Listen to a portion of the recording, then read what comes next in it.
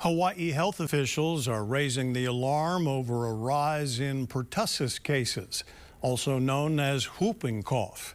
So far this year, the state has reported 108 cases, surpassing the total number of cases in all of 2024. Whooping cough is a highly contagious respiratory illness that spreads through coughs and sneezes. Symptoms are similar to the common cold, but can quickly escalate to severe, uncontrollable coughing fits.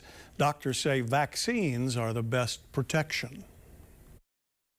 It's particularly important for families that are expecting a baby. So pregnant women, but also grandparents who are going to be holding the baby, dads who are going to be holding the baby. So everyone in the household who may be spending a lot of time around a newborn infant, we recommend that they also get their booster for pertussis. Doctors say complications of pertussis can include pneumonia, seizures, brain damage, even death.